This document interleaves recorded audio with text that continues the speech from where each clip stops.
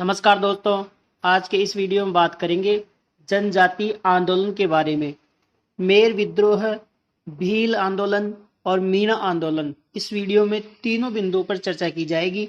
आप अभी अगर मेरे चैनल पर नए हैं तो सबसे पहले चैनल को जाकर सब्सक्राइब कर लो दोस्तों, और वीडियो को अंत तक देखो, जिससे आपको मेर और मीणा साथ ही भील आंदोलन से संबंधित जितने भी महत्वपूर्ण प्रश्न प्रतियोगी परीक्षाओं में पूछे जाते हैं वह सभी आपके यहाँ पर समझ में आ जाए और प्रतियोगी परीक्षाओं में आप उनको अच्छे से सही करके आए। तो बात करते हैं मेर विद्रोह की। मेर विद्रोह 1818 से 1821 तक चला। मेर यानी रावत एवं भील विद्रोह की बात करें कि यह कब प्रारंभ हुआ, तो इसको 1818 से प्रारंभ माना जाता है। मेरो यानी मेर जनजाति के आबादी क्षेत्र की बात करें, उसके भूभाग की बात करें तो मेवाड़, मारवाड़ और अजमेर के अंतर्गत यह जहां रहते थे उस भूभाग को अजमेर मेरवाड़ा के नाम से जाना जाता था। मेर जनजाति जहां पर निवास करती थी उस भूभाग को किस नाम से जाना जाता है? अजमेर मेरवाड़ा का क्षेत्र।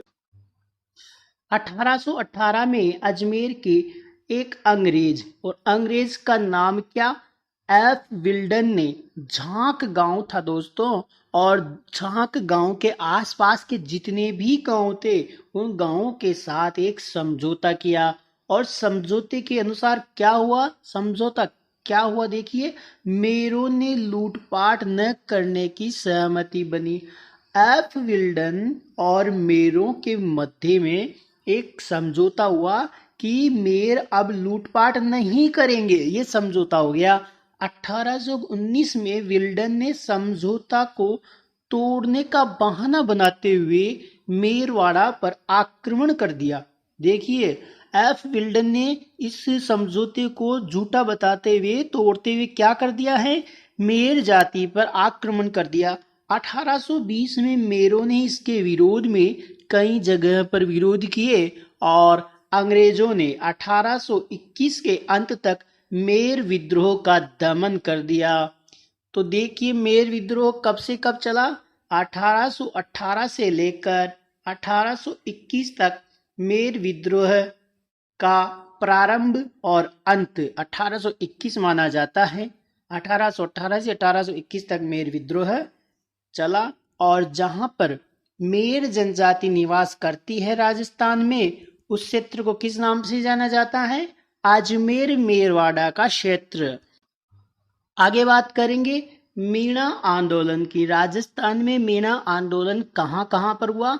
तो दोस्तों, इस वीडियो में बहुत मजा आने वाला है। वीडियो के अंत तक बने रहो, अच्छे से वीडियो को समझो। आपकी प्रतियोगी परीक्षाओं में कभी भी यहाँ से अगर प्रश्न पूछता है तो 100% मैं आपको गारंटी देता हूँ आपके प्रश्न गलत नहीं जाने वाला है।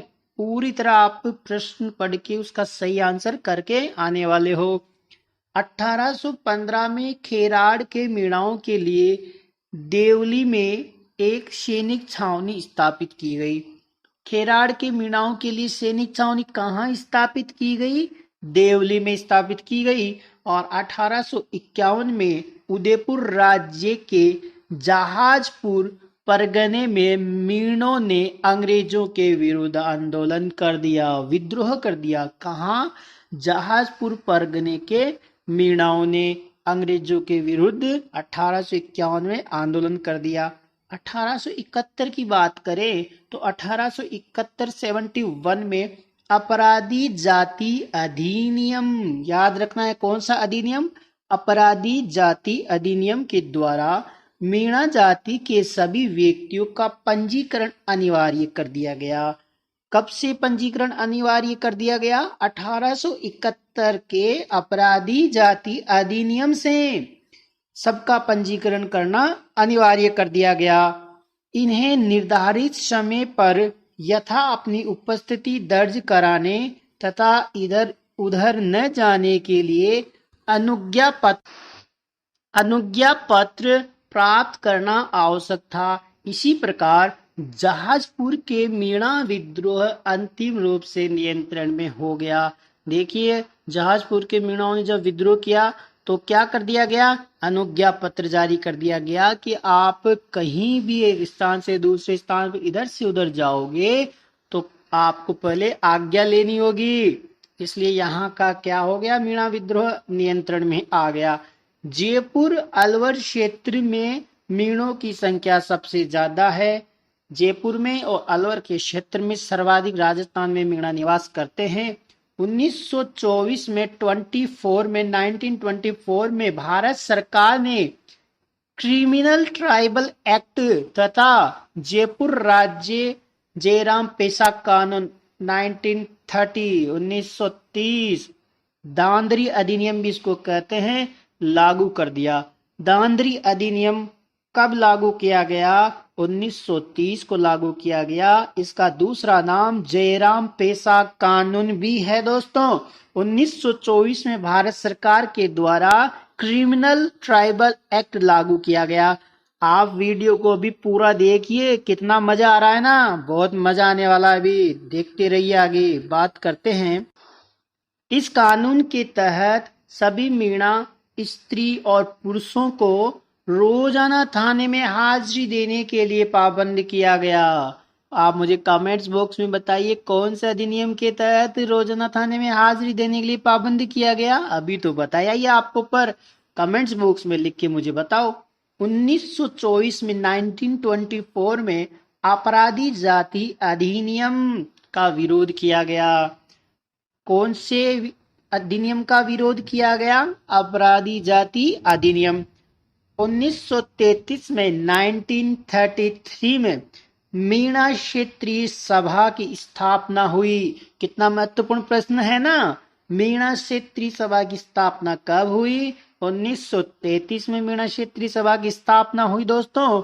और यह प्रश्न देखिए, कॉलेज लेक्चरर परीक्षा 2016 में ऐसा का ऐसा यहां से छपा है।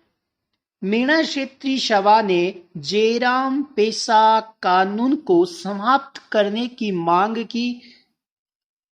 मीणा क्षेत्रीय सभा ने क्या महत्वपूर्ण अपना कदम उठाया कि जयराम पेशा कानून को समाप्त किया जाए।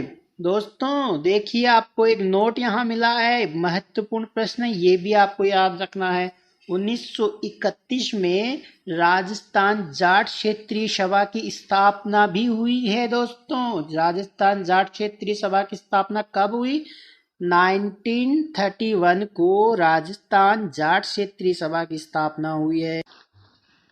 1942 में दिल्ली में अखिल भारतीय मीणा क्षेत्रीय महासभा का अधिवेशन हो रहा है। देखिए, अखिल भारतीय मीणा क्षेत्रीय महासभा का अधिवेशन कहाँ हो रहा है, दिल्ली में आयोजित हो रहा है। 1942 में अखिल भारतीय मीणा क्षेत्रीय महासभा में जयपुर के भंवरलाल बिरधिचंद्र तथा श्रुतालाल मिश्रा ने भाग लिया। किस किसने भाग लिया, भंवरलाल, बिरधिचंद्र और सुधालाल मीणा ने। इस अधिवेशन में अपराधी जाति अधिनियम का विरोध किया गया। देखिए, अखिल भारतीय मीणा क्षेत्रीय महासभा का अधिवेशन 1942 में दिल्ली में आयोजित हो रहा है और इसका भी प्रमुख मुद्दा क्या है, अपराधी जाति अधिनियम का विरोध इसका प्रमुख मुद्दा है। 1944 में 1944 में जैन मुनि मगन सागर जी की अध्यक्षता में नीम का थाना क्षेत्र में एक सम्मेलन आयोजित हुआ और उस सम्मेलन में क्या हुआ, देखिए 1944 में इस सम्मेलन में जयपुर राज्य मीणा सुधार समिति का गठन किया गया। नीम का थाना क्षेत्र में जो सम्मेलन आयोजित हो रहा था, किसकी अध्यक्षता में, मगन सागर की अध्यक्षता में, जो जैन मुनि थे।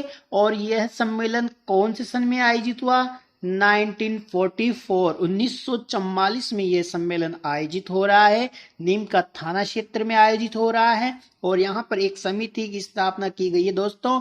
जयपुर राज्य मीणा सुधार समिति का गठन किया गया है। बहुत महत्वपूर्ण समिति है। प्रतियोगी परीक्षाओं में ऐसा का ऐसा प्रश्न छपता है। सेकंड ग्रेड के 2018 प्रतियोगी परीक्षा में यहां से ये प्रश्न पूछा गया है कि जयपुर राज्य मीणा सुधार समिति का गठन कहां पर हुआ और कब हुआ। तो नीम का थाना क्षेत्र में हुआ। 1944 को यह समिति गठित की गई। मजा आ रहा है ना। अभी तो देखिए, आप वीडियो के अंत तक बने रहो, पूरा वीडियो देखो अच्छे से, बहुत मजा आने वाला है। कंपटीशन में इससे बाहर एक भी प्रश्न आपके यहां से नहीं जाने वाला है। 1945 को उदयपुर में हुए अखिल भारतीय देसी राज्य लोक परिषद के सम्मेलन में जयराम पेशा कानून को समाप्त करने की मांग की गई।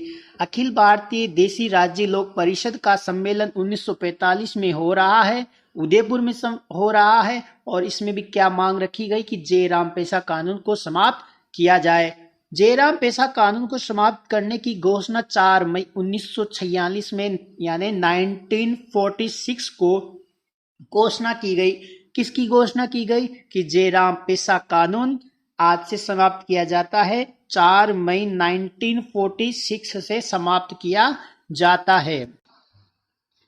1952 में हीरालाल शास्त्री एवं टीकाराम पालीवाल के प्रयासों से मीणाओं को लागू सभी प्रतिबंध, मीणाओं पर जितने भी प्रतिबंध लागू थे दोस्तों, उन सभी प्रतिबंधों को हटा दिया गया, पूर्णतः उनको समाप्त कर दिया गया। 1952 को आप मुझे बताइए जयराम पेशा कानून को पूर्णतः कब समाप्त किया गया। कमेंट्स बॉक्स में लिखकर मुझे बताइए। अभी मैंने आपको बताया है कि जयराम पेशा कानून कब समाप्त किया गया और साथ ही यह भी लिखें कि कब लागू किया गया। मजा आ रहा है ना। अब बात करेंगे मीणा आंदोलन की।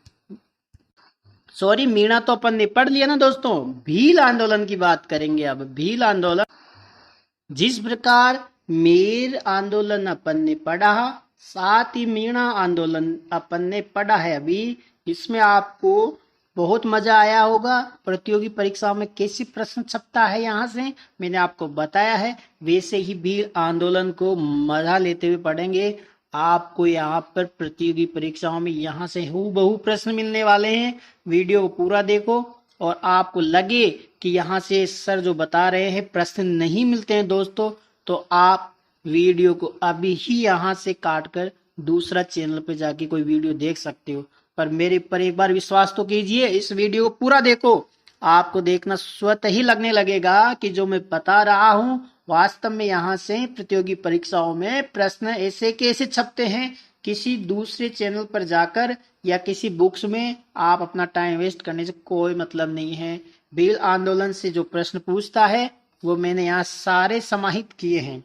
बात करें प्रथम भील आंदोलन कहाँ से प्रारंभ माना जाता है, तो प्रथम भील आंदोलन दोस्तों उदयपुर से प्रारंभ माना जाता है। बात करें कि भील आंदोलन का आरंभ और अंत कौन से सन को माना जाता है, तो भील आंदोलन का प्रारंभ 1818 से माना जाता है और इसका अंत 1860 में माना जाता है। यानी यह आंदोलन 1818 से 1860 तक चला दोस्तों। 1836 में जोधपुर लीजन नामक सेना का एक गठन किया गया। जोधपुर लीजन सेना का गठन कब किया गया? 1836 में इसका गठन किया गया और जिसका मुख्यालय कहाँ बनाया गया दोस्तों? अजमेर में इसका मुख्यालय बनाया गया। किसका मुख्यालय बनाया गया अजमेर में? जोधपुर लीजन जो सेना का गठन किया गया था, इसका मुख्यालय कहाँ स्थापित किया गया? जोधपुर में नाकर कहाँ पर? अजमेर में। जोधपुर लीजन तो सेना है और इसका मुख्यालय अजमेर है। भील आंदोलन में आगे बात करें तो मेवाड़ भील कॉर्प्स या भारत में भीलों की एक प्रथम सेना थी और इस सेना का नाम आप देख सकते हैं। क्या है? मेवाड़ भील कॉर्प्स।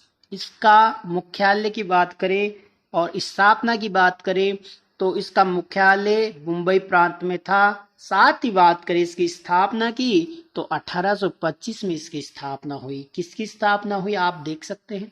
राजस्थान में डूंगरपुर, बांसवाड़ा, प्रतापगढ़, मारवाड़ और मेवाड़ भील कॉपर्स की स्थापना 1837 में की गई। राजस्थान में मेवाड़ भील कॉपर्स की स्थापना कब की गई? 1837 में। डूंगरपुर, बांसवाड़ा, प्रतापगढ़, मारवाड़ और मेवाड़ को मिलाकर। और भारत के संदर्भ में पूछे तो भारत में कब की गई? 1825 में की गई। और इसका मुख्यालय कहाँ है? तो बंबई में इसका मुख्यालय बनाया गया था। आगे बात करते हैं गोविंदगिरी की। भील आंदोलन से संबंधित बहुत महत्वपूर्ण महान पुरुष हैं गोविंदगिरी जी। गोविंदगिरी ने भील और गरासियों को संगठित करने का महत्वपूर्ण कार्य किया दोस्तों। कौन सी जनजाति? भील और गरासियों के लिए इन्होंने अपना संपूर्ण जीवन बलिदान कर दिया। इनका जन्म डूंगरपुर के बांसिया गांव में हुआ। साथ ही यह एक बंजारा परिवार से संबंध रखते हैं। इनका जन्म डूंगरपुर में हुआ है। बांसिया इनका गांव है और परिवार इनका बंजारा है। सेकंड ग्रेड 2018 और फर्स्ट ग्रेड और इसके साथ रिट, साथ ही राजस्थान की तमाम प्रतियोगी परीक्षाओं में गोविंदगिरी से हमेशा प्रश्न पूछता है, उनके जन्म से, उनके परिवार से और उनके जीवन में किए गए महत्वपूर्ण कार्यों से। तो उनका जन्म दोबारा बता देता हूँ। बांसिया गांव आपको याद रखना है। बंजारा उनका परिवार है। उनका परिवार पूछा गया था कि गोविंदगिरी का कौन सा परिवार है? तो बंजारा परिवार है। सेकंड ग्रेड 2018 में क्वेश्चन पूछा गया है। 1883 में समसभा की स्थापना की। आप यहाँ देख सकते हैं प्रश्न पूछा गया है 2018 में समसभा की स्थापना कब की गई? 1883 में। भगत आंदोलन और स्वदेशी आंदोलन, इन्होंने ये दो आंदोलन चलाए। कौन कौन से? भगत आंदोलन और स्वदेशी आंदोलन। भगत आंदोलन की स्थापना 1911 में की गई। गोविंदगिरी के द्वारा भगत आंदोलन की स्थापना कब की गई? भगत पंथ की स्थापना कब की गई? 1911 में भगत पंथ की स्थापना की गई और इन्होंने साथ ही भगत आंदोलन भी चलाया। भगत पंथ की बात करें तो बेड़सा गांव, यानी ये गांव कहाँ है? डूंगरपुर में है। बेड़सा गांव कहाँ है? डूंगरपुर में है। भगत पंथ गोविंदगिरी की गतिविधियों का प्रमुख केंद्र था। भगत पंथ का प्रमुख केंद्र कौन सा था? बेड़सा गांव। और बेड़सा गांव कहाँ पर है? डूंगरपुर में है। यह क्वेश्चन दोस्तों आरपीसी स्कूल व्याख्याता में पूछा गया है कि बेड़सा गांव कहाँ पर है? बेड़सा गांव है डूंगरपुर में। और यह किसका गतिविधियों का केंद्र रहा? गोविंदगिरी की गतिविधियों का केंद्र बेड़सा गांव रहा है। गोविंदगिरी ने लसाड़िया आंदोलन का सूत्रपात भी किया। बहुत महत्वपूर्ण प्रश्न है। लसाड़िया आंदोलन में भी इन्होंने भरपूर भाग लिया दोस्तों। 1913 में मानगढ़ पहाड़ी पर, जो कि कहाँ है? बांसवाड़ा में है, भीलों का एक बहुत बड़ा सम्मेलन इन्होंने यहाँ आयोजित किया। साथ ही इस सम्मेलन पर भीलों पर गोलियां चलाई गई और यहाँ पर 1500 भील शहीद हुए दोस्तों। मानगढ़ पहाड़ी पर 1913 की बात है। मानगढ़ पहाड़ी पर पंत जी के द्वारा यहाँ सम्मेलन आयोजित किया जा रहा है और यहाँ पर भीलों पर गोलियां चलाई गई, जिससे कितने भील शहीद हुए? 1500 भील शहीद हुए। गोविंदगिरी के प्रमुख एक शिष्य रहे दोस्तों, और उस शिष्यों की बात करें तो उनका नाम है पुंजाधीर जी। पुंजाधीर जी गोविंदगिरी के महत्वपूर्ण शिष्यों में से एक थे। कॉलेज लेक्चरर 2016 में पूछा गया है कि पुंजाधीर जी के गुरु का नाम क्या है? तो गोविंदगिरी उनके गुरु हैं। ठीक है, आप इसको अच्छे से याद कर लें। आगे बात करें, इस घटना को भारत का दूसरा जलियांवाला बाग हत्याकांड की संज्ञा दी गई। कौन सी घटना को? जो 1913 में मानगढ़ पहाड़ी पर गोविंदगिरी के द्वारा सम्मेलन आयोजित किया जा रहा था, उस पर अंग्रेजों के द्वारा गोलियां दागी गई और 1500 भील शहीद हुए। तो इस घटना को भारत का दूसरा जलियांवाला बाग हत्याकांड की संज्ञा दी गई। आगे बात करें मोतीलाल तेजावत। मोतीलाल तेजावत का जन्म उदयपुर के कोल्यारी में जैन परिवार में हुआ। आप मुझे कमेंट्स बॉक्स में बताएं कि गोविंदगिरी का जन्म कौन से परिवार में हुआ। इनका उपनाम मेवाड़ के गांधी और बावजी के नाम से ये जाने जाते हैं। मोतीलाल तेजावत के दो उपनाम हैं, मेवाड़ के गांधी और बावजी।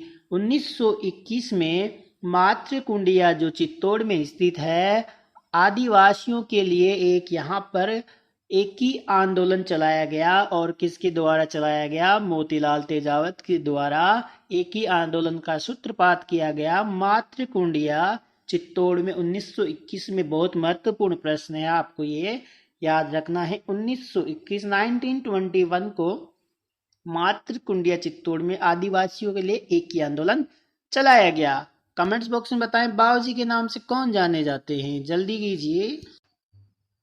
भीलों पर होने वाले अत्याचारों से संबंधित 21 मांगे जिन्हें मेवाड़ पुकार के नाम से जाना जाता है, ये महाराणा की सेवार्थ प्रस्तुत की गई। और ये महाराणा की जो मेवाड़ पुकार है, ये बताइए क्या है? मेवाड़ पुकार जो 21 मांगे की गई और इनके बारे में इसका वर्णन है। यह मोतीलाल तेजावत की एक डायरी है, मेवाड़ पुकार।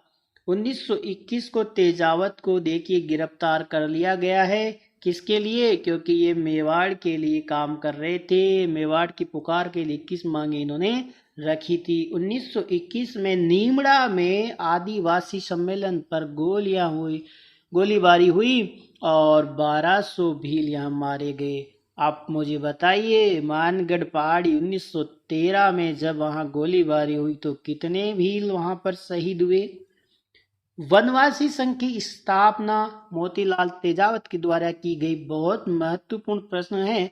वनवासी संघ यानी इसकी स्थापना किसके द्वारा की गई है? मोतीलाल तेजावत के द्वारा। तो आज के लिए दोस्तों इतना ही। इस वीडियो में मेर विद्रोह, मीणा विद्रोह और भील विद्रोह के बारे में बात की गई है। उम्मीद है आपको वीडियो अच्छा लगा होगा। अगर अच्छा लगा है तो आप मेरे चैनल को जल्दी से सब्सक्राइब कीजिए, लाइक कीजिए और शेयर कीजिए। ऐसे ही एक नए वीडियो के साथ बहुत जल्द आपसे मिलने वाले हैं। तब तक के लिए धन्यवाद दोस्तों।